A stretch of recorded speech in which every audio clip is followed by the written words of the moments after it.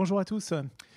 Bienvenue ici, dans ces salons du Chac, dans le cadre du Salon Fnac Livre 2021, mais aussi sur la claquefnac.com, pour une rencontre très particulière, puisque c'est avec le grand gagnant de cette rentrée, et pas n'importe lequel, le lauréat du prix du roman Fnac 2021, donc, à savoir Jean-Baptiste Delamo, et qui a la gentillesse d'être ici présent parmi nous pour évoquer ce roman primé par pas moins de 400 libraires et 400 adhérents, à savoir Le Fils de l'Homme chez Gallimard. Bonjour Jean-Baptiste. Bonjour.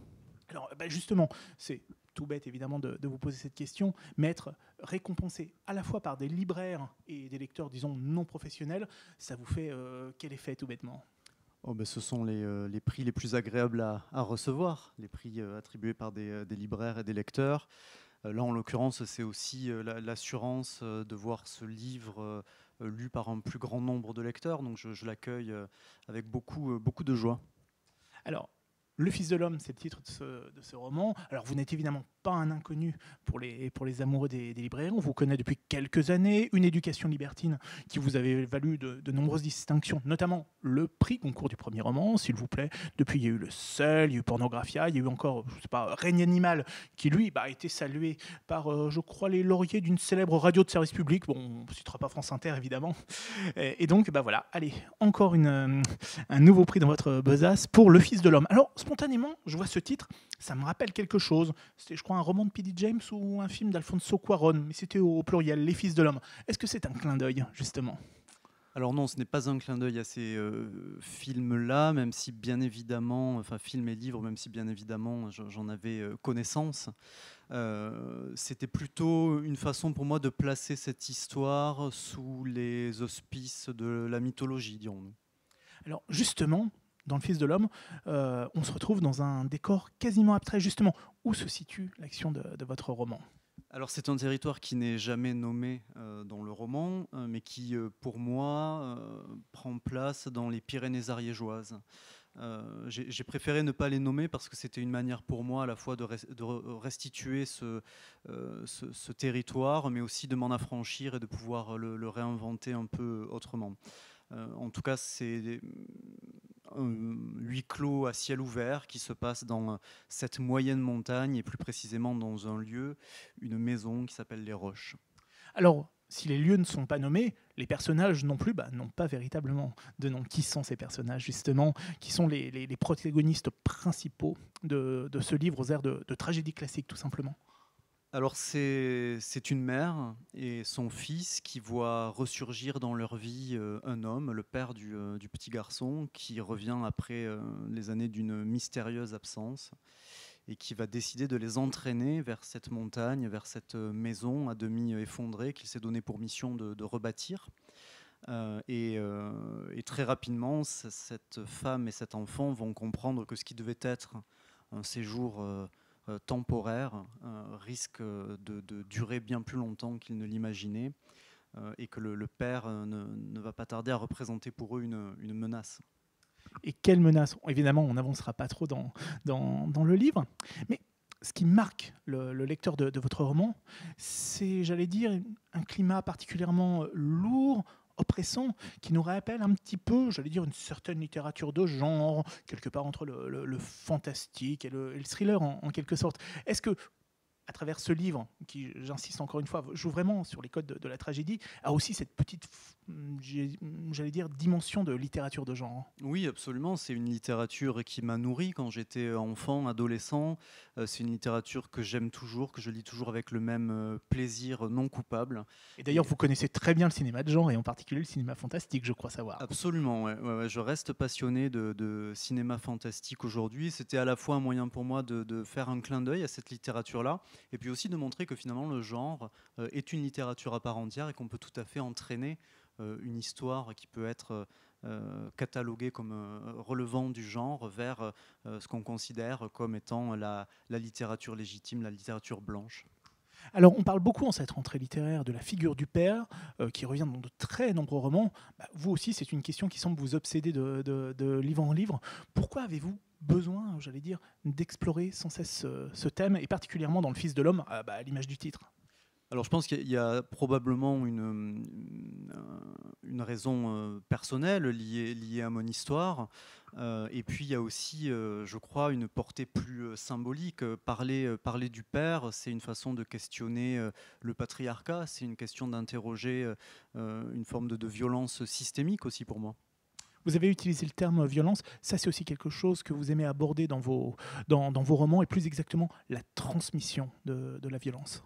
Parce que la littérature, pour moi, c'est un médium qui me permet d'interroger les zones d'ombre finalement de notre humanité, et que bien évidemment, la période dans laquelle on vit est frappée de plein fouet par les conséquences d'une violence qui s'est transmise de génération en génération. Jean-Baptiste Delermo, lorsqu'on plonge dans votre roman, on découvre tout d'abord un prologue très différent de ce qui va arriver par la suite. Justement, est-ce que vous pourriez nous parler très brièvement de ce prologue étonnant et justement, oui, très différent? Donc c'est un prologue qui se passe à une époque que l'on devine préhistorique et où l'on suit un groupe d'hommes et de femmes qui traversent une steppe battue par les vents et qui vont essayer de survivre à travers différentes... on les voit évoluer, traverser ce paysage dans différentes scènes. Et on voit notamment un père qui va éduquer son fils à la chasse. C'était pour moi, là encore, une manière de placer le livre sous les auspices de la mythologie, en essayant de retrouver ce qui pourrait être des scènes fondamentales de la violence. Et puis il était aussi intéressant, à mon avis, de jouer sur un jeu d'écho à travers le temps, et que le texte, le corps principal du texte, sans avoir de lien immédiat avec ce prologue, puisse y répondre à divers instants par des images qui nous ramènent à ce prologue-là. Alors, vous parlez d'images, justement. C'est ce qui est particulièrement marquant dans votre roman, qui fonctionne pratiquement par des scènes, par des tableaux en quelque sorte. Justement, en tant qu'écrivain, comment procédez-vous pour décrire un lieu en particulier pour qu'immédiatement, le lecteur ait ce décor, ait ce lieu en tête et déjà une représentation très précise? Alors vous l'avez dit, je suis passionné de cinéma, je suis passionné de photographie aussi, et plus j'avance dans mon travail d'écrivain, plus j'ai envie de délaisser la psychologie et d'essayer véritablement de travailler sur une écriture qui serait très visuelle, très évocatrice, et de faire le pari que finalement, simplement en décrivant des espaces, en décrivant des lieux, en décrivant des personnages à travers leur corps, je peux suggérer quelque chose finalement de ce qui les traverse intérieurement. Alors, ce qu'on observe depuis vos débuts d'auteur, depuis une éducation libertine, il y a quelque chose qui revient très souvent dans les commentaires, c'est la question de l'écriture. Vous êtes certainement aujourd'hui un des plus beaux stylistes de la langue française, en tout cas c'est ce qui est véritablement souvent en tout cas, dit par vos lecteurs et vos admirateurs. Mais on s'aperçoit qu'au fil des livres, votre écriture devient de plus en plus épurée en quelque sorte. Pourquoi ? Oh, sans doute que lorsque j'étais un plus jeune écrivain, j'étais porté par un désir de démonstration aussi, de faire mes preuves quelque part. C'est souvent le cas chez les jeunes auteurs, oui. Oui, c'est vrai, on a une fougue qu'on apprend à maîtriser avec le temps, donc peut-être que j'ai appris à retenir les chevaux. Et puis, j'ai l'impression aussi aujourd'hui d'avoir trouvé peut-être un peu mieux ma voix. Et que cette voie-là, elle se situe à mi-chemin entre un héritage classique, un souci de la poésie, de la musicalité de la langue, et quelque chose aussi de beaucoup plus âpre, de plus peut-être contemporain. Alors, votre langue, encore une fois, est véritablement virtuose, elle est musicale, pour reprendre vos mots. Comment la travaillez-vous ? Est-ce que vous êtes sans cesse en train d'écrire, réécrire pour avoir le juste rythme, le son exact, etc. Ou est-ce qu'au contraire, vous la laissez mûrir et elle surgit tout d'un coup ? Non, c'est beaucoup de travail, c'est un vrai labeur. C'est pour ça que je publie peu. Mon dernier roman date d'il y a 5 ans. J'avance lentement. Je veille toujours à travailler dans le silence, sans musique. C'est très important pour moi, justement, pour trouver quelque chose qui soit la musicalité de la langue et pas d'autre chose. Et puis aussi en relisant très souvent à haute voix. Je crois que c'est une étape très, très importante. Le célèbre gueuloir, en quelque sorte, cher à Flaubert. Alors, justement, à quel moment vous dit, le titre, Le Fils de l'homme, c'est le bon ? Pourquoi ce titre, Dès le Jean-Baptiste? début, ça n'a pas toujours été le cas dans mes romans, mais dès le départ, je savais que ce serait ce titre-là. Je savais qu'il fallait un titre simple. L'histoire en elle-même est simple. La narration repose sur 3 personnages et une quasi-unité de lieu. Donc je voulais aussi un titre qui soit à la fois d'une simplicité évidente, mais qui ait aussi une portée beaucoup plus universelle. Alors, ce n'est pas trahir un secret que dire que par ailleurs, au-delà de votre activité d'écrivain, vous êtes également un grand défenseur, un militant, oui, donc un défenseur de la cause animale. Est-ce que d'une certaine manière, vous avez l'impression d'être aussi un petit peu, je mets d'énormes énormes guillemets, activiste à travers vos romans? Ça a été le cas par exemple dans Règne animal, en tout cas on l'a évoqué. Non, non, je dissocie complètement mon activité de militant, qui est pour moi une activité à titre citoyen, même si je profite finalement de la tribune qui m'est donnée en tant qu'auteur pour faire porter ce message. De mon activité d'écrivain, je reste un auteur de fiction, mais bien évidemment, mes textes sont aussi pétris de ce qui fait ma sensibilité. Donc je pense que il y a sans doute quelque chose qui est de l'ordre du regard que je porte sur les choses, qui transparaît peut-être, dans lequel transparaît peut-être mon combat pour les animaux. Alors la nature, elle est bien au cœur du Fils de l'homme. Là aussi, cette nature, vous avez véritablement besoin de l'intégrer au cœur de votre récit. Et en quoi impacte-t-elle le comportement des personnages, des individus? Alors c'est une nature qui est à la fois tout à fait indifférente au drame qui se passe entre ces humains, qui est bien sûr quelque chose de tout à fait anecdotique au regard de la marche du monde, mais néanmoins à la fois les personnages vont projeter sur elle quelque chose de ce qu'ils vivent. Par exemple pour l'enfant, elle peut être tour à tour le lieu d'un refuge, d'un contrepoint à la violence du père, et puis par instant elle peut aussi représenter un véritable danger, voire précipiter cette tragédie. Par exemple lorsqu'une tempête va s'abattre sur la maison et saccager les efforts du père pour la relever. Et puis, sans doute aussi que l'espace joue un rôle non négligeable dans l'histoire de ces personnages, ne serait-ce qu'en isolant cette femme et cet enfant qui vont se retrouver aux prises de cet homme. On peut même penser à Shining d'une certaine manière face à cette nature hostile. Bien sûr, comment ne pas évoquer Shining lorsqu'on place 3 personnages dans une montagne? C'est inévitable. En effet. Justement, Jean-Baptiste, on lit votre roman d'une traite, comme s'il s'agissait d'un thriller, mais là où certains choisissent la profusion, vous au contraire, vous êtes dans une sorte de minimaliste. Comment on tient le lecteur en haleine avec, en fin de compte, pas grand-chose? Alors le moyen que j'ai trouvé, c'est de créer un récit qui serait construit sur des flashbacks, qui permettent en fait peu à peu de comprendre ce qui a guidé cet homme et cette femme vers cette montagne. Pourquoi est-ce qu'elle a accepté de suivre cet homme? Pourquoi lui avait disparu? Pourquoi est-ce qu'il est revenu? Quelles sont véritablement ses motivations? Par quoi ce type est-il hanté? Parce qu'on sent qu'il porte quelque chose de très lourd qui va ressurgir dans ces lieux. Donc c'était une façon de disséminer les informations et que peu à peu le lecteur soit à la fois immergé dans une ambiance très singulière, mais aussi qu'il comprenne qu'il y a un suspense qui existe et qui va le porter vers une fin inéluctable. Est-ce que vous connaissiez la fin dès le début de l'écriture de ce Fils de l'homme? Oui, je connaissais la fin. C'est toujours très important pour moi quand je commence un roman de connaître la fin, de savoir où je vais. La difficulté étant de rejoindre le point de départ et le point d'arrivée finalement. Est-ce que vous aviez une musique en tête lors de la rédaction de votre roman? Quelle était votre playlist en quelque sorte? Alors non, pas de playlist, parce que comme je vous l'ai expliqué, j'essaie d'être très vigilant et la musique avec laquelle j'ai beaucoup écrit au début me semble toujours pouvoir colorer finalement l'intention de l'écriture. Donc c'est pour ça que depuis de nombreuses années maintenant, je n'écris plus en musique. Cela étant, il y a une chanson dans ce roman qui est Whiter Shade of Pale de Procol Harum. Et c'est peut-être... C'est le slow définitif. C'est le slow définitif. Et à la fois, c'est aussi un slow, quand on lit les paroles, c'est une chanson très mystérieuse, assez sombre. Et je trouve qu'elle disait, elle reflétait quelque chose des intentions obscures de ce père.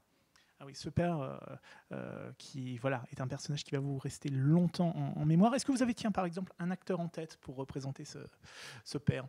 Un nom idéal, comme ça, spontanément. Alors, ce serait forcément un jeune acteur, un type qui porterait une forme de sauvagerie, peut-être Félix Marito, je dirais, par exemple. Tiens, par exemple, très bon acteur.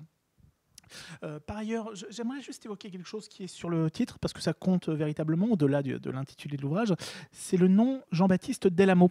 Delamo, c'est votre vrai nom? Delamo, c'est le nom de ma grand-mère paternelle que j'ai choisi de prendre lorsque j'ai publié mon premier roman et qui, avec le temps, est devenu véritablement mon nom, au même titre que mon nom civil. Voilà. Et pourquoi vous avez opté pour un pseudonyme? Alors, la légende veut que Oui. j'ai sacrifié mon nom civil parce que Tristan Garcia, mon camarade et cher ami Tristan Garcia, a publié son premier roman en même temps que moi la même année et que nous sommes tous deux nés à Toulouse en 81. Le hasard, quand même. Le hasard, ouais, c'est fou. On ne se connaissait pas avant de publier nos premiers romans. Mais pour moi, c'était de toute façon une intention de publier sous pseudonyme. Il n'y a rien de très original là-dedans. Énormément d'auteurs publient sous pseudo. Et je pensais pendant un temps que ce serait une façon pour moi de préserver mon métier initial qui était d'être travailleur social. Mais finalement, je me suis consacré à la littérature et Delamo est vraiment devenu une part très importante de mon identité aujourd'hui. D'ailleurs, vous êtes traduit en combien de langues, Jean-Baptiste? Alors, je ne veux pas vous dire de bêtises, mais Grosso modo, Fils voilà. de l'homme va être traduit dans 15 pays pour l'instant. Je crois qu'on en est là des traductions prévues. Il faut vraiment mettre à échelle. C'est un très beau, pardon pour l'expression, pour un très beau score que de se retrouver dans une quinzaine de pays. Par ailleurs, Jean-Baptiste, toujours concernant ce roman, j'aimerais savoir fondamentalement ce qu'il a révélé en vous. Lorsque vous l'avez écrit, lorsque vous l'avez terminé, qu'est-ce que vous avez découvert sur vous? Parce que d'une certaine manière, écrire un roman, c'est découvrir une vérité sur soi. Oui, en effet, j'ai l'impression d'avancer à tâtons dans une recherche artistique. Peut-être qu'avec Le Fils de l'homme, j'ai l'impression d'avoir trouvé une langue qui soit plus proche de moi. J'ai aussi toujours beaucoup de mal à définir si un roman m'apporte quelque chose ou s'il m'arrache quelque chose. J'ai toujours l'impression d'y laisser quand même quelques plumes, surtout lorsqu'on vit si longtemps avec un univers aussi âpre. Mais néanmoins, je pense avoir fini d'explorer cette thématique de la transmission de la violence des pères aux fils avec ce livre-là. Enfin, j'aimerais vous demander, parmi toutes les réactions déjà suscitées par ce livre, qui est un des succès de cette rentrée littéraire, donc vous avez de nombreux retours de lecteurs, justement, qu'est-ce qui marque les lecteurs de ce Fils de l'homme? En tout cas, moi, ce qui me touche, c'est lorsque les lecteurs me disent qu'ils ont été remués par ce texte, que ce texte ne les a pas laissés indemnes. Je pense que c'est une des vocations de la littérature, c'est finalement de bouger quelque chose en nous et de nous marquer au fer rouge et que le texte continue ensuite d'exister quelque part en nous. En tout cas, à découvrir. Le Fils de l'homme, Jean-Baptiste Delamo aux éditions Gallimard, prix du roman Fnac 2021 et chaudement recommandé. Vraiment un livre assez enthousiasmant, véritablement, et qui peut toucher un très large public et de haute qualité littéraire. Insistons là-dessus. En tout cas, voilà. Merci beaucoup, Jean-Baptiste, de vous être prêté à ce petit jeu dans le cadre du Salon Fnac Livre et pour laclaquefnac.com. À bientôt. Merci.